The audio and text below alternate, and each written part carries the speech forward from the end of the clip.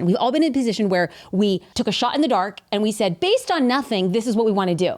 Which is endearing and sweet and like, bless your heart. Isn't that what y'all say in Texas here? Bless your heart when you're like, you stupid son of a gun. Like, what the heck are you thinking? That was essentially me. We could have said that to me. We've all been there, but we've all been there. We need a little bit of that, though. We've all been there. And so now what we have is data points, and data helps us make educated decisions in the future. Welcome to the Jasmine Star Show. I couldn't be more excited because back in 2020, I met for the first time online when we were all in our homes connecting online. And so to have a full circle moment, to be able to connect in person on the podcast and just see how much growth has existed for this beautiful human being. And I'm here not just to talk about what she specializes in, and I'm not even here to talk so much about the business that she's created. I am here to talk about something that is so beautiful, so unique, so big that when I asked her about it, she's like, yeah, like it was a thing she just did. And I'm like, no. This is huge, and so many people have really big opportunities to expand their businesses in new ways. I couldn't be more excited and more honored to welcome back to the show, Jera Bean. Hey, Jasmine. Hi. Thanks for having me. This is so fun. I'm so happy you're here. I'm so happy I'm here. Okay, so let's go back to yesterday. Okay. When we were texting each other about the show. Yes. What were you feeling? Like, let's start here. What were you feeling about the show? I'm glad we're starting here. Okay. So I want to be honest. just be honest. Yes. Let's lay it all out there for everyone. I texted you because, I was thinking about the podcast. I'm getting ready. And I realized, oh my goodness, I'm actually feeling very nervous for today. I've done a lot of podcasts. Yes, you have. I'm not nervous to be on podcasts. You've spoken on huge stages. I've spoken on stage. I mean, I still get a little nervous for that. Okay. But when I'm on podcasts, I'm speaking about the subjects that I always speak about, the subjects I'm an expert on. No, talk to me. Let's just so bring the audience up to date. Yeah. The subjects that you normally go on podcasts to speak about, what are you most known for? Social media. Yes. We're talking strategy. We're talking short form video content, TikTok, Reels, authenticity, mindset. That's kind of my expertise in armpit farting. And armpit farting, cheese and crackers. If you're listening, you're like, what the heck? I just post that on my stories a lot. Yes, absolutely. And part of why I made that mention is because there's certain things that you do what you call your secret sauce. Yes. It's your secret sauce, and everybody should be stepping out and sharing their secret sauce with the world. And it's not going to be sauce that everybody likes. Yeah. But for the people who are really about it, they're asking for it at restaurants. Yes. They're saying, we want more of the secret sauce. Yes. And they're okay with it. Absolutely. And you have empowered people, and you do that so it appears effortlessly, but because I know you, I know you do a lot of hard work. I know you practice your messaging. I know that you really hone in on what it is you teach. And so that has become a defining factor. You are a true professional. Somebody once explained that a business professional is very similar to like a golf professional. You know, when they get up on the greens, they're going to hit the ball right down. I like that. Every time I have ever seen you speak, the content you put out, and I was so fortunate because you joined my mastermind. Yes. And when I saw you, and I think I've told you this multiple times, but when I look at you, I see the professional. I see the professional on the green, and I know that you are going to hit the ball, and this is what you practice for. And so I knew that asking you to come on the podcast to talk about this topic was going to put you in a very different position. Yes. Because this is not a green that you have ever, hit a ball down. I'm playing baseball. Golf. Oh, no. Yeah, I mean, I don't know. I don't play We're baseball. running with the metaphor. Yeah, we went from just golf and now it's baseball. And it's all good because it's like, we're just like, is there a ball to be had here? Is there a game to win? Is there a professional to be? And so I knew that was going to happen. And I want to say thank you. But what exactly was making you nervous? I want to call it out. Let's leave it out here at the beginning. What was making me nervous is that I realized it's been a long time since I have had to speak to someone on a podcast, on a stage, whatever it is, some sort of situation that's not just a normal, I'm sitting with someone and having a conversation. Like it's a little bit higher stakes. Yes. Where it's a topic that I haven't really spoken about yet. Yeah. Not on social media, not on a podcast. Yes. And so I realized today is a really great day to take in some of my values and really live them. I love messy action, feel the fear and do it anyway. And I'm like, okay, I'm a little nervous and messy action because I don't feel like I'm fully an expert on this subject yet, but we're going to go for it and share my experiences and hopefully help someone along the way. Absolutely. And I think it was not lost on me. So we arrived in Austin yesterday. We're driving down the freeway, and I kid you not, when I was sending you that voice memo, Eminem was on the radio. Oh my God. Perfect. And so I told you, I was like, Jera, here's what I want. I want us to be like Eminem on 8 Mile, where we call out everything that somebody could ever throw at us and say, well, you don't know enough, or you don't know what you're talking about. So we're just going to say that here. There is a good chance that because I'm on Team Jera, we don't know what we're talking about. And there's a really good chance that we don't have all of the information. Right. But true to your principles, it is messy action. And true to your principles, you're going to do it despite the fear anyway. And so that's where I want to start the conversation. So in light of fear, can I take you back to February 2023 when you joined the mastermind? Sure. And one of the things that I really wanted to be a part of the mastermind was that we had a clear, like a goal, an outline, something you wanted to achieve. And it was in the middle of the mastermind or at the beginning, you've always had an idea of this course you wanted to create. You already had the idea of the course. You came in, or actually you speak to me. Where were you at in regards to the mastermind, the course, the starting? Let's get a timeline here. Yeah. So where I was at was, okay, I just wrapped up my group coaching program that I ran for 3 years. And when you say wrapped up, like the door's closed. That doesn't mean I'm never going to open it in the future, but it was permanently closed for a good amount of time. I needed to move on. It was a group coaching program I ran for 3 years. It was amazing. It changed lives. It was a pivotal part of my journey, but it kind of took over my life and became unsustainable. So I'm like, okay, let's shut this down. And now let's actually shift to considering creating a product suite, which is something that I didn't have at that point. And in order to make a product suite, you got to make your first product. So I'm like, okay, what's a course that I can make self-paced, evergreen, and what's something that people are really needing right now? Yes, social media, but what's the missing link? And what I identified was video editing. And video editing is something that I've done ever since I was like 5 years old. That's what my mom does. So I've been sitting in her lap from a young age. So that's all come very easy to me as social media has shifted into short form video. However, I very much recognize that is not the case for most people. And it's a really, you can have an idea, but if you don't know how to execute it and bring it to life via a video, then you're kind of lost. So that's where I wanted to dive into and start with my very first course. Okay. And so were you saying going through the mastermind, I'm going to start the course, I'm going to create the course, I'm going to think about the course. Where were you at in the gestation period? Because what I want to show is timeline. I think that your story is really beautiful because there are goals, there is anticipation, and there's execution. And sometimes they don't all align. Right. But we're sitting here and you've executed. So I really want to go back and I want to share, like, what does that look like? Because there's people who are watching who have goals, ambitions, execution, but they're somewhere like, oh, I don't know if it's going to turn out for me. So talk to us about where were you in that process? Yeah. Well, I'll preface this. It was a long process. So we'll start with that. And Good. I think I was still in the ideation phase because it was mid-June that I started actually creating the course. Okay. So we start the mastermind in March. Right. You knew, like, part of like this undercurrent kind of goal was like, I'm going to start on a product suite. Right. And then June. So we're looking at 3 months of just like chipping away, thinking, really and outlining a little bit, doing behind the scenes. But yeah, it took a little time to get there. But there's no timeline. That's the point here. Like Jera says, oh, it took a long time. And I'm like, I know. But did it? Like, there are some people who are like working on something or they can't create a course until they've actually had a decade of experience. So everybody's on their own path. And that's the thing I want to say. It's like, there's no like silver bullet. Like, a course should take you 3 months to build. Who said that? That's a good point. Okay. And I will just say, I'm hard on myself. So if that stuff comes out, that's, Jera is hard on herself. Yeah. Personality That's mean speaking. Jera. That's and mean Jera. There's no room on my podcast for mean Jera. Sorry. Goodbye, Bye, mean Jera. Okay. So then June. Okay, June, we start making the course. And I think sometimes when I create things, I think, oh, this is not that it's going to be easy, but it's just going to be faster. Yes. So I think I originally thought perhaps by August I could be launching this. And that was simply not the case. I decided to make editing 101, editing 102, editing 103. And by the time I finish editing 103, we're close to December at this point. Because you were sending me voice memos in August. So the mastermind officially closed at the top of September. And so in August, I'll never forget, I was sitting, we were on vacation by a pool and you had sent me a question about something and you were just like, it's taking so much longer. And I'm like, oh, no, just be where you are, create it, make it so that your thumbprint is on it and you feel good. So we were talking about strategy. And I think that there was this, a little bit, from my perspective, an undercurrent that like, could Jera still talk to me after the mastermind? Could those questions still be there? And I just wanted at that moment to say like, I'm team Jera, I'm down for you. This course needs to be out into the ether. Yes. And so get it right and get it good. And I'm going to be here for the ride of it all. And to that point, I remember getting to the point of editing 103 being done, which was where I originally was going to stop. Oh my God, I really, okay, go here. And I wanted to launch it. Is that what you're thinking of? Yes.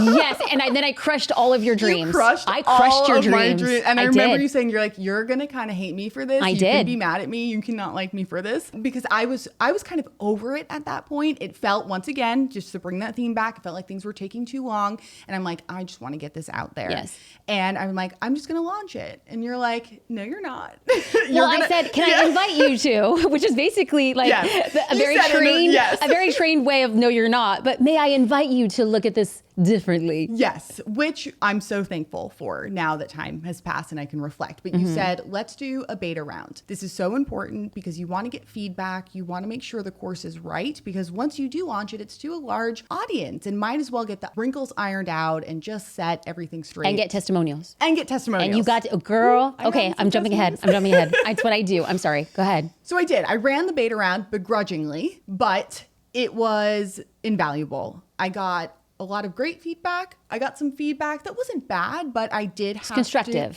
Yeah. Feedback's really hard for me, so it was tough to receive, but it allowed me to revise the parts of the course that were there already to make it better, stronger, clearer, all the things. And so I want to pause here and say the reason why I was pushing you on that was because I had done beta rounds.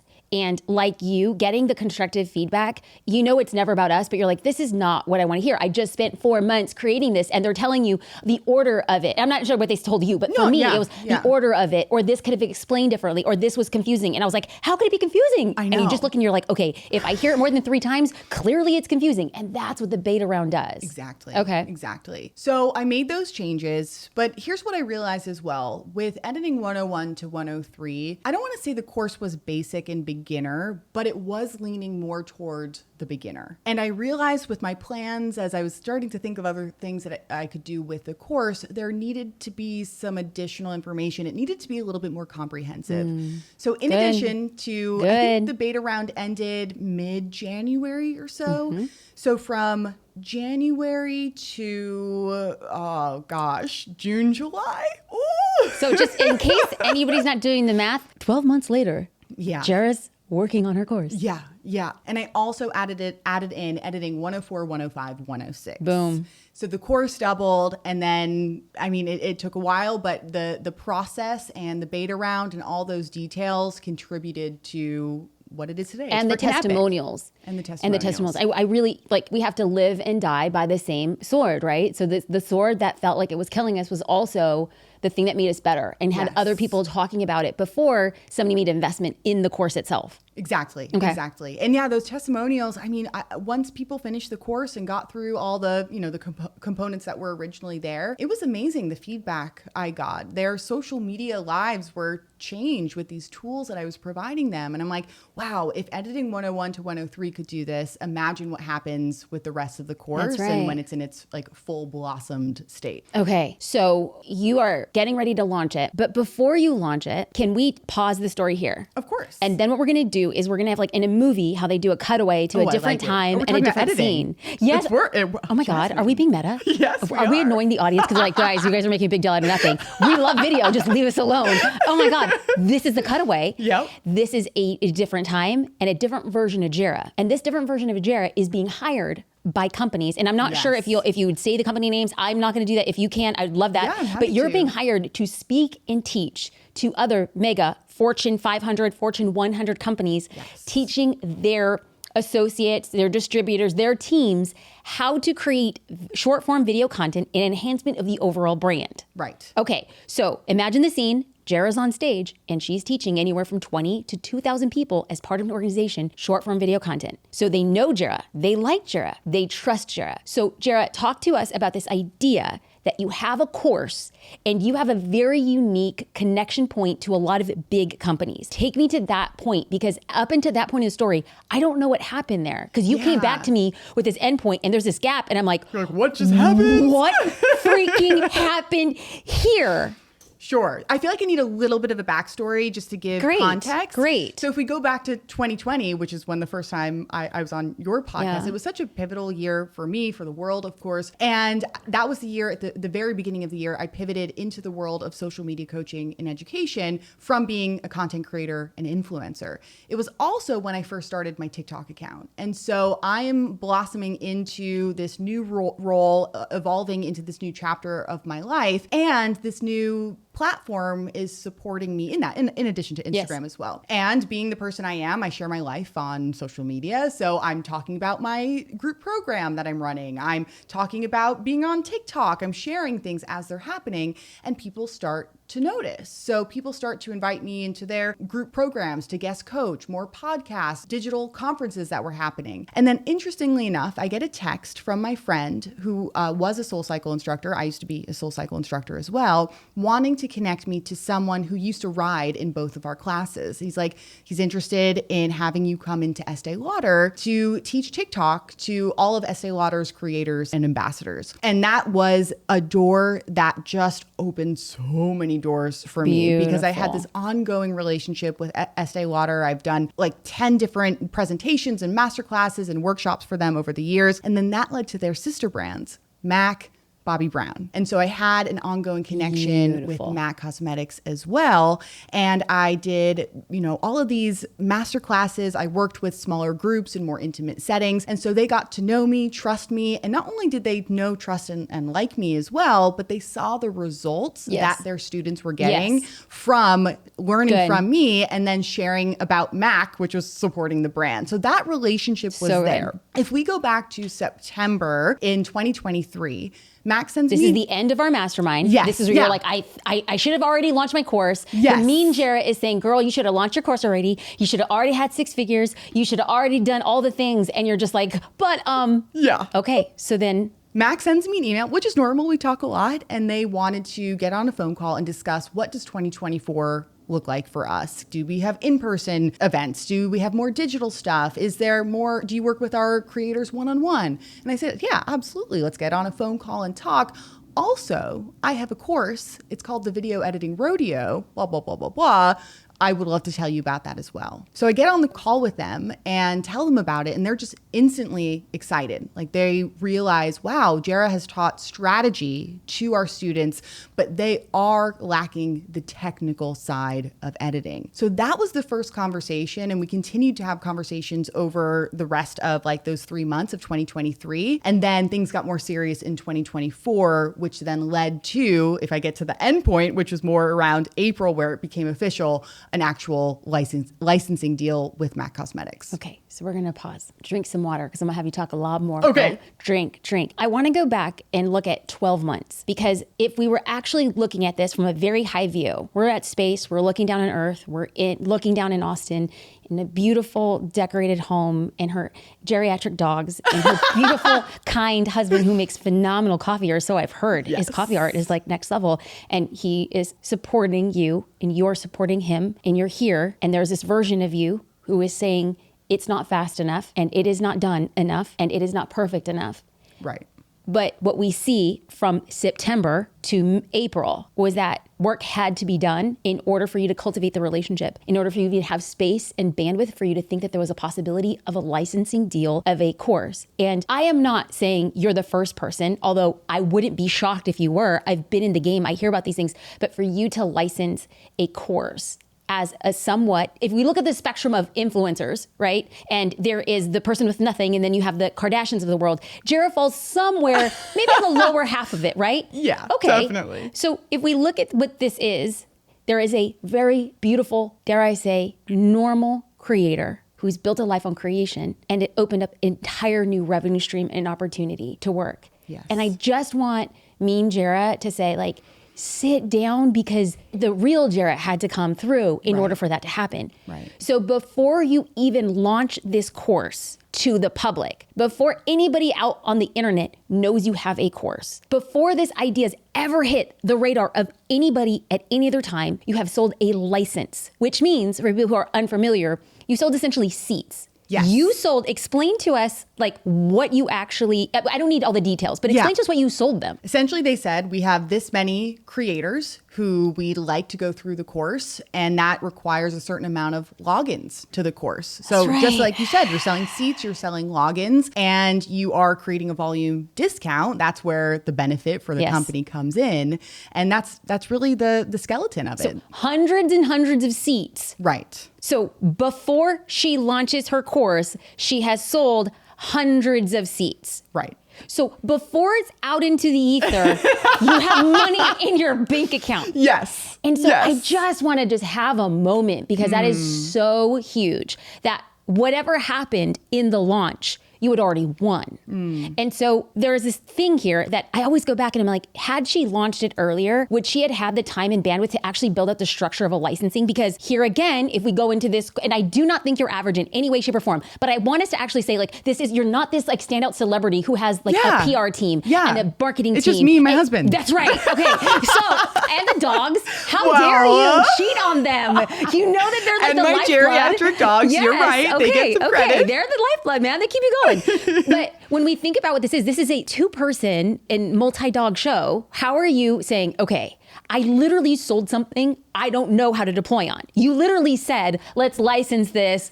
Gotcha. And then you go back into the kitchen. You're like, oh my God, how are we licensing this thing? Yeah, that's pretty much how it went behind the scenes. It's the movie of my mind. Yeah, I know. You have the scenes played out. It's great. So fortunately, I have my wonderful husband, Aaron, who works with me. And so we had a conversation. Both of us have never licensed anything before. We don't really know how to do it. We understand the bones of it, but what actually goes into it, what's required. So my husband, Aaron, had the task of really doing a deep dive into the world of licensing, learning about it, understanding it, so we could come at it from a really, well-versed perspective and feeling confident with the information. What we found is that there is not a whole lot of information about licensing out there, which is so interesting because the internet is just full of stuff. You look up how to make a reel, you look up how to scale your business. Like, there's so many different sources and opinions and perspectives. But when it comes to licensing, there's not that much out there. We found one woman. We're so thankful for her. Her name's April Beach. She has a podcast. She has, I think, blogs. She has a lot of information about licensing, but that's the only person and only source that we really found any solid information from.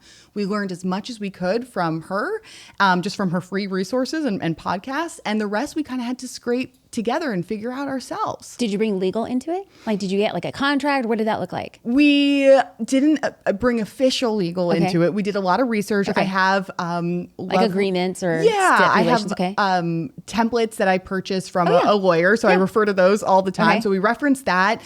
Aaron uses ChatGPT to reference legal stuff. That's the third creative who said like they get the templates and then they go in and they explain the situation what they want, and it's basically legalese. That's okay. Yeah. So I almost want to say like we scrape things together, but that doesn't really do it justice. That doesn't do it justice because we didn't scrape together, but we were scrappy in our research and really realizing there wasn't much to lean on and we had to figure it out for ourselves. That's so beautiful. And I want to go back and just say it again at the beginning is we are literally M&M'ing this story. Like we're saying, like, listen, we did the best we could and we're going to go through it and then we're going to fix whatever didn't work out the way that we had wanted. Right. But up until this point, things have worked out very favorably. You are working and licensing with these companies now for hundreds and hundreds of seats.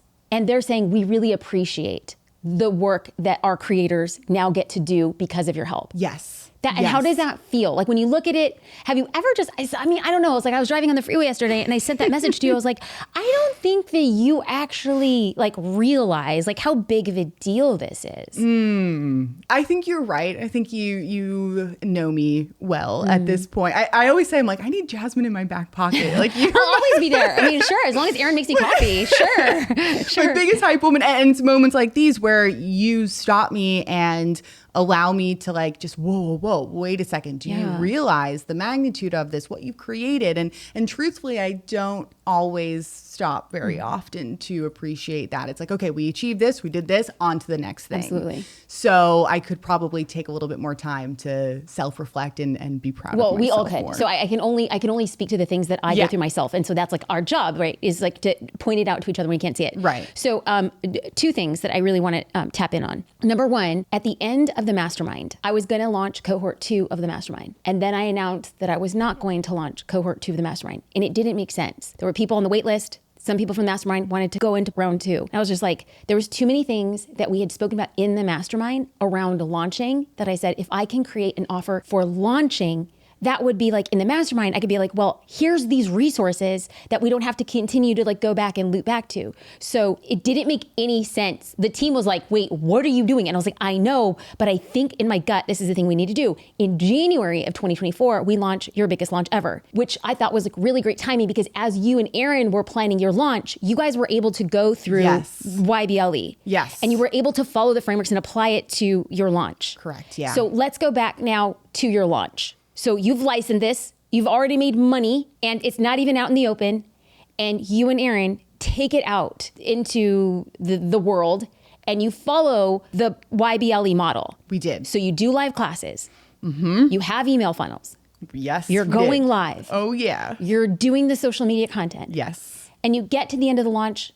How are you feeling? Where are you at? Oh, truthfully, Mean Jera is going to come out for a moment because there is no room for her here. Yeah. She is not invited. She's not invited to this studio. But yes, we can speak. Yeah. Listen, this is Mean Jera. And Mean Jera needs to speak and then we'll move past Mean Jera and let her exit. But just to give context, I have never launched in this way before. I launched the Social Media Saloon 7 times, but in a very casual way. Put up a post, send an email. And you weren't doing volume for the saloon. Right, because it was high ticket, so not as many people Not even per cohort. close. Right. Not even close. Not even a Roman candle to the amount of people that you were going to serve through the rodeo. Just saying. Right. If Mean Jera's here, your Latina homegirl who's wearing hoop earrings is going to show up too. So, okay, next. Yep.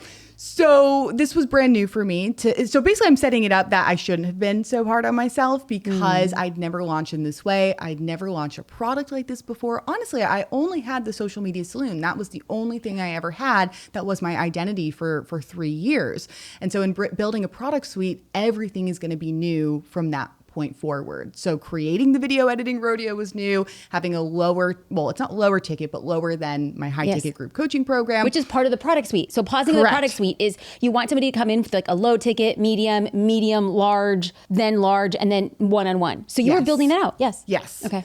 And then on top of all of that, I'd never launched in this specific way before, which by the way, YBLE freaking amazing and like the most detailed resource ever. So like following that to a T or mostly was just, I was so thankful to have that, but it was still new. And we had a lot to figure out. There was so much tech. Like in thinking of launching again in the future, it's going to feel so much easier because we've been through this process once and we've ironed out some of the first time things that were really hard to, just setting up tech and Thrivecart and Zapier, like the amount of tech testing that Aaron did. And he's not really a tech person, but he threw himself into it and figured it all out. Like it was a first for both of us in a lot of ways. So anyways, we get to the end of the launch and I set some really high goals for myself, but I realize now that they weren't based on anything concrete because data points, baby. Right. I'd never done this before. So me setting a good, better, best goal is great. Right. But what is that based on? Yeah. Nothing in the past. Beautiful. So we're kicking Mean Jera out of the door because originally I was feeling disappointed because I had really high standards for myself and for the launch, but realizing everything I just explained, that this is the first time I'm doing this and there's nothing else to compare it to. It's like, okay, let's just be proud of ourselves for freaking doing it. That's right. And it still was an amazing launch if I actually step out of the meanness and look at it in sort of a high level, more like respectable, proud way.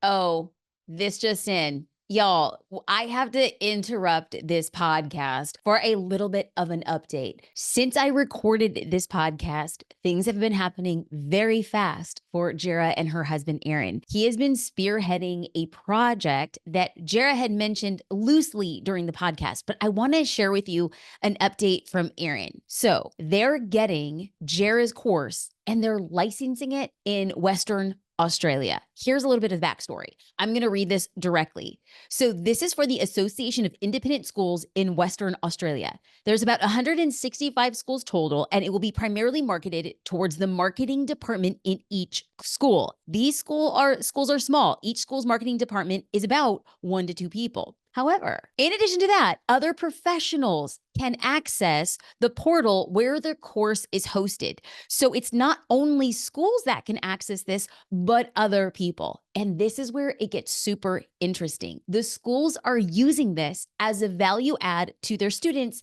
and their community. And it's 100% a win for Jera and Aaron. So the course doesn't live in the portal for free. A school or a professional has to pay access for the course. So it's going to cost $299 Australian. So it's about $200 American.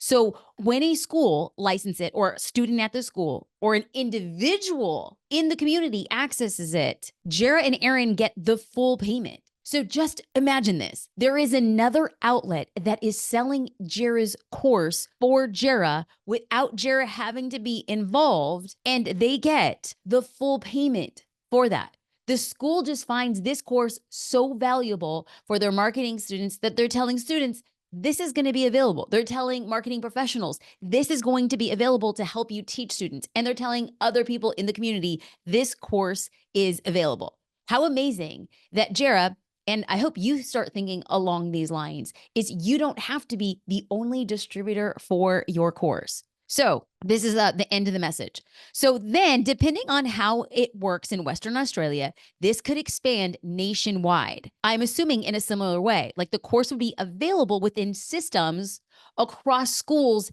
in Australia. But wait, it gets even better. So what has happened is that they're testing this in Western Australia with the possibility to take this and put it in portals all across Australia, which means Jera's course can be accessed and marketed without her having to be the person to market it. So this has Jera and Aaron thinking, wow, Australia is going to be a test case from Western Australia to all of Australia. If and when they're successful, Jera has a system, a hope, a desire, and a plan to start making offers to other independent colleges in the United States, marketing programs within the United States. She's now thinking about how licensing works across schools in the United States. So I just had to pop in and share an update that it was not just a course for Jera to continue working and promoting. It was not just one launch for an end-all be-all. There are so many opportunities and new ways to think about selling a digital offer. And I feel so fortunate and blessed to have had a conversation with Jera and Aaron because they've opened my eyes in new possibilities, and I hope they've done the same for you. Okay, cool. And then there's also one thing that I just so distinctly want to speak to, because there's people who are listening and we've all been in that position. We've all been in a position where we took a shot in the dark and we said, based on nothing, this is what we want to do. Which is endearing and sweet and like, bless your heart. Isn't that what y'all say in Texas here? Bless your heart when you're like, you stupid son of a gun. Yep. Like, what the heck are you thinking? That was essentially me. We could have said that to me. We've all been there, but we've all been there. We need a little bit of that, though. We've all been there. And so now what we have is data points, and data helps us make educated decisions in the future. But I will say that one of the things that I really want to point out, again, because you know this is me in your back pocket, is siloed in our own sectors. We look at an outcome and we think, okay, I wanted it to be this. It was this. I'm still like so thankful. This is pretty incredible. But sometimes we need to pull even farther back and say, in the spectrum of people putting out digital resources, in the spectrum of the way that the world is right now, and I having very glued in, honed in, ear to the ground of what that is, you had such a freaking incredible launch. I was like, oh my God, your launch was freaking huge. And I get it.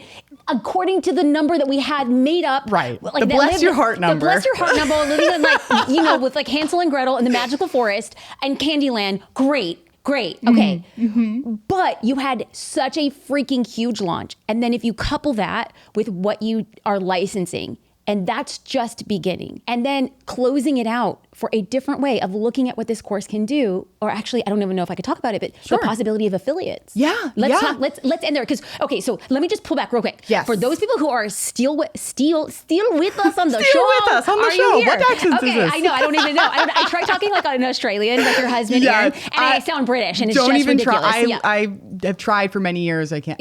No. I know that instead of saying garage, the way we see it, they say garage. Garage. I still can't even say it. He's laughing. He's totally giving me dirty looks. I'm not even gonna hear. So what I want to do for anybody who's still watching and like following along with this is what we have is normalization of a gestation process. Now, you might be working on a course and it's not taking you 12 months, it's taking you 24 or 48. It doesn't matter. You're working on your course in your own way. And then what we spoke about is finding different ways to monetize what that course has become. And I don't know if Jera's the first. She's definitely one of the first to license it in such a big way to a Fortune 500 and or Fortune 100 companies. She's been doing this and will continue to do this.